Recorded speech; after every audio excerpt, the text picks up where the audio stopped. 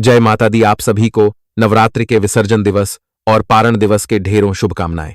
प्रिय दर्शकों, आज के इस वीडियो में हम बात करेंगे कि नवरात्रि के अंतिम दिन पर जब आप चौकी को उठाएंगे, कलश का विसर्जन करेंगे, चौकी का विसर्जन करेंगे, तो किस वस्तु का विसर्जन करना है, किस वस्तु का विसर्जन नहीं करना है, चौकी कब हटानी है, कब नहीं हटानी है, जो वस्तुएं आपने माता को अर्पित की उनका क्या करना है, कलश में जो आपने सामग्री डाली है, पंचरत्न है या सुपारी है, उन सब का क्या करना है, कलश का क्या करना है, विसर्जन की विधि क्या है, नियम क्या है, मंत्र क्या होंगे, और इस विसर्जन के साथ पारण के लिए मुहूर्त क्या रहेगा, शुभ मुहूर्त क्या रहेगा, और पारण से पहले या विसर्जन से पहले क्या आपको पूजा करनी चाहिए या नहीं करनी चाहिए, और अगर पूजा करनी है तो वह पूजा की विधि क्या होगी, किस प्रकार से हमें पूजन करना चाहिए और फिर कैसे विसर्जन करना चाहिए, ये संपूर्ण जानकारी आपको इस वीडियो के माध्यम से प्रदान की जाएगी।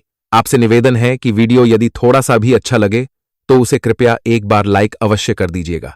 मातेश्वरी का आशीर्वाद प्राप्त करने के लिए, अपने नवरात्रि अनुष्ठान की सफलता के लिए कमेंट बॉक्स में अवश्य लिखिएगा जय माता दी।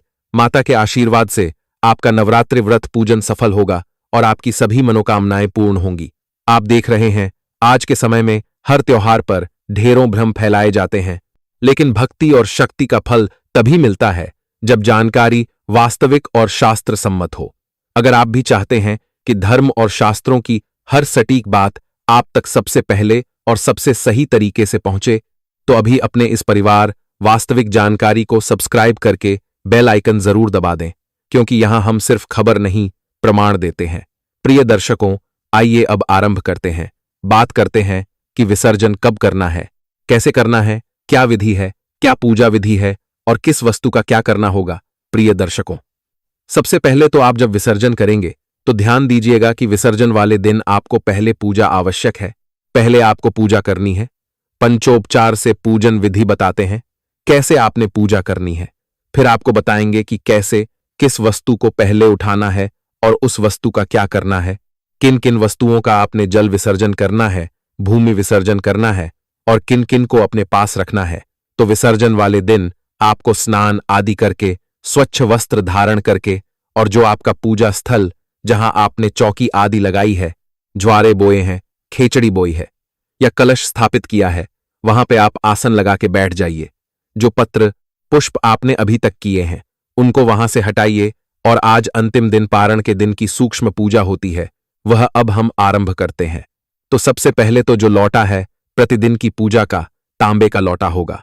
एक उसमें जो कल की पूजा का जल है, इसको आप पीपल में दे दीजिए या किसी अन्य वृक्ष में दे दीजिए। लौटे को मांझिए, उसमें पहले थोड़ा गंगा जल भरिए, फिर शुद्ध जल भरिए, आसन लगा के बैठ जाइए, धूप और दीप लगाइए, अपने सीधे हाथ जल लीजिए, हाथ धो लीजिए। हाथ धो के अब धूप और दीप को प्रज्वलित कीजिए। इस प्रकार से आपने धूप और दीप को प्रज्वलित किया। धूप दीप प्रज्वलित करके मातेश्वरी का पूजन करेंगे। सबसे पहले आप जल के छींटे दीजिए। गणेश जी महाराज आपने किए हैं, ओम जल के छींटे दीजिए। पुष्प के माध्यम से गणेश जी को स्नान कराइए। कलश देवता को जल के छींटे दीजिए। ओम कलश देवता नमः ओम दुर्गा। सभी को जल के छींटे दिए हैं, आपने स्नान कराया। स्नान कराने के बाद सबको तिलक लगाएंगे। ओम नमः कलश देवता दुर्गा देव नमः अक्षत समर्पित करेंगे। सभी को पुष्प अर्पित कीजिए। थोड़े थोड़े पुष्प अर्पित कीजिएगा। गणेश जी महाराज को पुष्प अर्पित कीजिए। दुर्गा पुष्पम समर्पण माला अर्पणम गुरु, और माला है तो माला पहनाइएगा। पुष्प समर्पित कीजिए। सबको धूप दिखाइए और दीप दिखाइए। धूप के बाद दीप दिखाइए। धूप दीप दिखाने के बाद के रूप में फल, मिठाई, बताशा, मिश्री, जो भी आपके पास नैवेद्य के रूप में है वह अर्पित कीजिए। ओम कलश देवता जल के छींटे दीजिए। पहले गणेश जी महाराज को, फिर कलश देवता को और फिर मातेश्वरी को, और हाथ जोड़ के नमस्कार कीजिए। इस प्रकार से यह संक्षिप्त पंचोपचार पूजा आपने पारण से पहले अवश्य करनी है। पूजन करने के बाद माता की आरती कीजिएगा। आरती जो आप अभी तक करते आए थे, ओम जय अंबे गौरी मैया जय श्याम गौरी, इसी से कर सकते हैं, या दूसरी आप अंबे जी की आरती कर रहे थे तो उससे कर सकते हैं। आरती करने के बाद शीतलीकरण कीजिए। माता को आरती दीजिए, देवताओं को आरती दीजिए और उसके बाद स्वयं आरती दीजिए। अब हम एक आवश्यक कार्य करेंगे जिसे हम मंत्र पुष्पांजलि कहते हैं और जिसे हम क्षमा प्रार्थना भी कहते हैं। अपने हाथ में पुष्प ले लीजिए और हाथ जोड़ के खड़े हो जाइए मातेश्वरी के सामने और मातेश्वरी से निवेदन कीजिए। जैसे हम बोलते हैं वैसे विसर्जन। परमेश्वरी, हे मातेश्वरी, न हम आपका आवाहन जानते हैं, न पूजन जानते हैं, न विसर्जन जानते हैं। हम तो अज्ञानी जीव हैं। जैसी बन पड़ी वैसी सेवा आपके श्री चरणों की हमने पिछले 9 दिनों में की है। मातेश्वरी, जैसी हमारी छोटी सी बुद्धि है, उसकी जो समझ है, उसके अनुसार हमने उत्तम करने का प्रयास किया है। हम आपके दर के भिखारी हैं, आपके बालक नादान हैं मातेश्वरी, और आप दया सिंधु हैं, तो हम पर दया करें। हमारी जाने सभी गलतियों को क्षमा करें। यदि आपसे कोई त्रुटि हुई है व्रत में या पूजन में, तो आप उसका विशेष रूप से माता के सामने वर्णन कर सकते हैं कि आपसे अनजाने में यह गलती हो गई। इसके लिए मां क्षमा करें कि मातेश्वरी हमारी सभी जाने अनजाने में की गलतियों को क्षमा कीजिए और दया का आशीर्वाद प्रदान कीजिए। हमने जो नवरात्रि का अनुष्ठान किया है 9 दिन का, इसे आप स्वीकार कीजिए। मातेश्वरी, इसे आप स्वीकार कीजिए। आपको अर्पित के लिए हमारे पास कुछ नहीं है। तन, मन, धन सब कुछ आप ही का है। जैसा कि हम पहले ही कह चुके हैं, हमारे पास तो क्या है, केवल ये पुष्पांजलि परमेश्वर ही है। मातेश्वरी, यह पत्र पुष्प की भेंट है, इसे आप स्वीकार करें और दया का आशीर्वाद प्रदान करें। और क्योंकि आज ये अंतिम दिन है, हम विसर्जन कर रहे हैं, तो आपसे निवेदन कि गणेश जी महाराज रिद्धि सिद्धि के साथ सदा हमारे घर में विराजमान रहे। मां लक्ष्मी सदा हमारे घर में विराजमान रहे।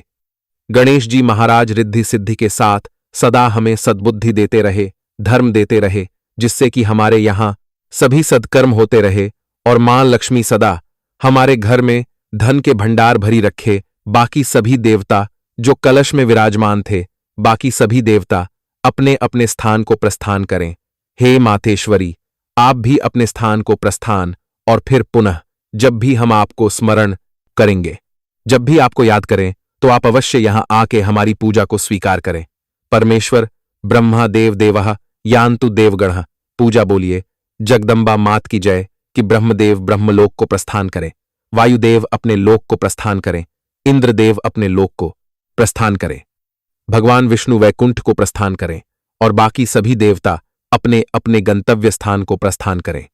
और पुनः जब भी हम आपको स्मरण करें, याद करें, तो आप सभी आएं और हमारी पूजा को स्वीकार करें। इस प्रकार से भगवती के चरणों में कलश देवता पे और गणेश जी महाराज पे इस प्रकार से अर्पित कर दीजिए। अब आप खड़े खड़े परिक्रमा कर लीजिए, यानी कान चपा पानी प्रदक्षिणाम पदे पदे, यानी कान चपा पानी प्रदक्षिणाम पदे पदे परिक्रमा कीजिए। और जो पुरुषजन है वो दंडवत प्रणाम कीजिए। माताएं बहनें हाथ जोड़ के शीश नवाह के प्रणाम कीजिए। यहां जो भी प्रार्थना आप करना चाहें मातेश्वरी से वो कर सकते हैं। जिस भी किसी निमित्त आपने यह अनुष्ठान किया था, उस मनोकामना के लिए माता से यहां प्रार्थना कर सकते हैं। इस प्रकार से यह पूजन पूर्ण होता है। पूजन पूर्ण होने के बाद कलश को वहां से थोड़ा सा घुमा दीजिए, चौकी को थोड़ा सा खिसका दीजिए। कलश में से जो वस्तुएं हैं उनको निकालने से पहले पूर्ण पात्र को उठाइए। जो नारियल है ना, इस नारियल को आप अगर बांध के रख सकें लाल कपड़े में, तो अपने घर में रखिए, या मुख्य दरवाजे पर भी इसको टांग सकते हैं। इसके 2 लाभ हैं। घर में रखेंगे ये पॉजिटिव ऊर्जा, अगर दरवाजे पे लगा के रखेंगे तो किसी भी प्रकार के नकारात्मक ऊर्जा आपके घर में प्रवेश नहीं करेगी। सदा यह सकारात्मक ऊर्जा का प्रवाह रखिएगा। और जब अगला नवरात्रि आएगी तो आप इसका विसर्जन कर देना। अगले वाले को लगा दीजिएगा, या घर में किसी प्रकार का सूतक आदि हो जाए, पातक आदि कुछ ऐसा कभी हो परिवार में, तो आप इसको अवश्य ही उसके बाद जल विसर्जित कर दीजिएगा। जो कलश में जल है उसमें 5 पल्लव आपने लगाए होंगे। उन 5 पल्लव से जो पत्ते लगे हैं उन्हीं से पहले अपने ऊपर छींटे दीजिए उस जल के, और फिर पूरे घर उस जल के छींटे दीजिए। पारिवारिक जनों को उस जल के छींटे दीजिए। 5 पल्लव के माध्यम से, उन पत्तों के माध्यम से ही, चाहे वो अशोक के हो चाहे आम के हो, उन पत्तों से आप उस जल के छींटे देंगे। ये जो जल है ये बड़ा पॉजिटिव है, बहुत ही शुभ ऊर्जा है। इसके अंदर मंगलमय ऊर्जा है, शक्तिशाली ऊर्जा है। उसका प्रवाह आपके अंदर होगा। नकारात्मक ऊर्जा जो है वो दूर जाएगी। जो भी नकारात्मक ऊर्जा घर में होगी वह सारी इस जल के प्रभाव से बाहर चली जाएगी। घर में सौहार्द का, खुशियों का माहौल होगा। जल को छिड़किएगा। बाकी जो जल बचे उसे आप पीपल में अर्पित कर सकते हैं। कलश में जो वस्तुएं आपने डाली थीं, उसमें जो पंचरत्न है उनको आप निकाल के रखिए और जो सुपारी है उसको निकालिए। चांदी का सिक्का हमने डालने को कहा था, अगर आपने डाला है तो उसको निकालिए। एक लाल रंग के वस्त्र में बांधिए और लॉकर में रख सकते हैं, तिजोरी में रख सकते हैं। ये आपको सदा बरकत देगा, आपके घर में धन के भंडार रखेगा और खुशियों से भरा पूरा रखिएगा। बाकी जो है वो सब विसर्जन में जाएगी। जल विसर्जन कर सकते हैं, भूमि विसर्जन कर सकते हैं। बाकी सामग्री की बात करें तो जो जवारे आपने बोए हैं, खेतड़ी बोई है, उसमें से एक एक जवारा लेके प्रसाद रूप में पारिवारिक जन ग्रहण कर लें। कुछ लोगों के यहां पे एक नियम होता है कि वो कान के पीछे जवारे लगाते हैं। अगर आपके यहां ऐसा कोई नियम है तो आप लगा सकते हैं। बाकी के जो जवारे बचेंगे वो सभी जवारे आप गाय को खिला दीजिएगा या जल विसर्जन कर दीजिएगा, पर ऐसे स्थान पर कभी ना फेंकिएगा जहां पैरों में वो आए, इसका ध्यान रखिएगा। जवारे के बाद बात करते हैं, आपने जो अखंड ज्योत जलाई थी, अखंड ज्योत आपने जलाई है, उसको थोड़ा सा वहां से उठा के खिसका दीजिए और उसमें अब आगे घी नहीं बढ़ाइएगा। जितना घी है उसको स्वतः जलने दीजिए, वह स्वतः ही जल के बुझेगी।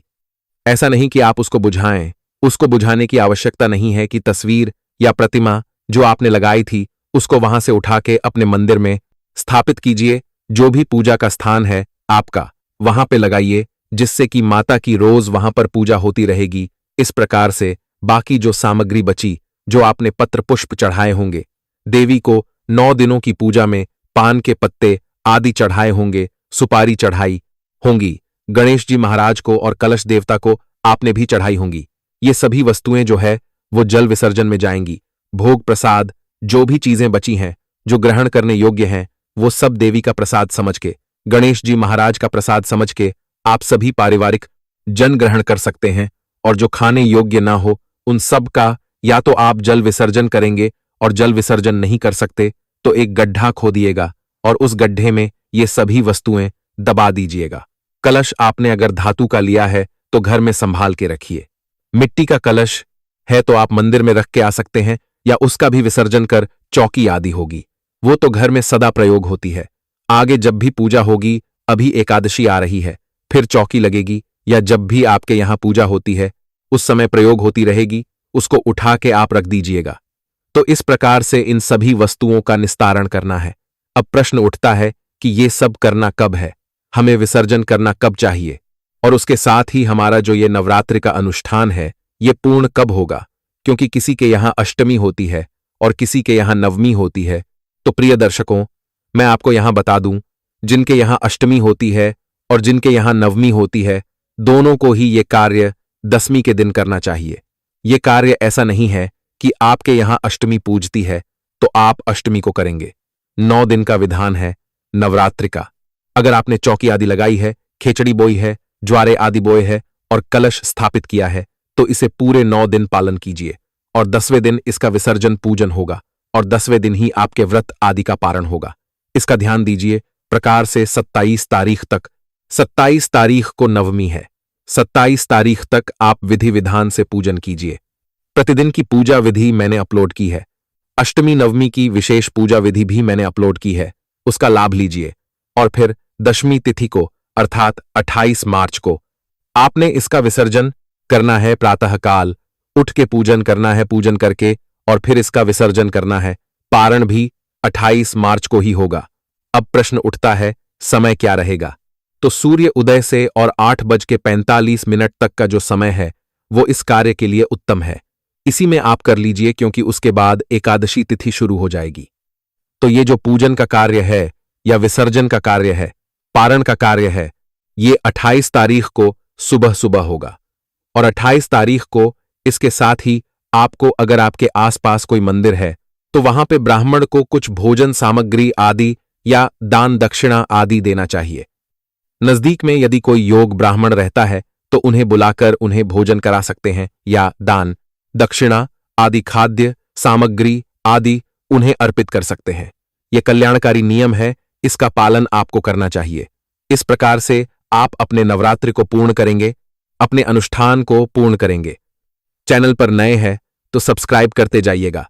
वीडियो को जितना हो सके शेयर कीजिए, क्योंकि अच्छी और सही जानकारी की आवश्यकता सभी को है। मां सबका कल्याण करें। जय माता दी।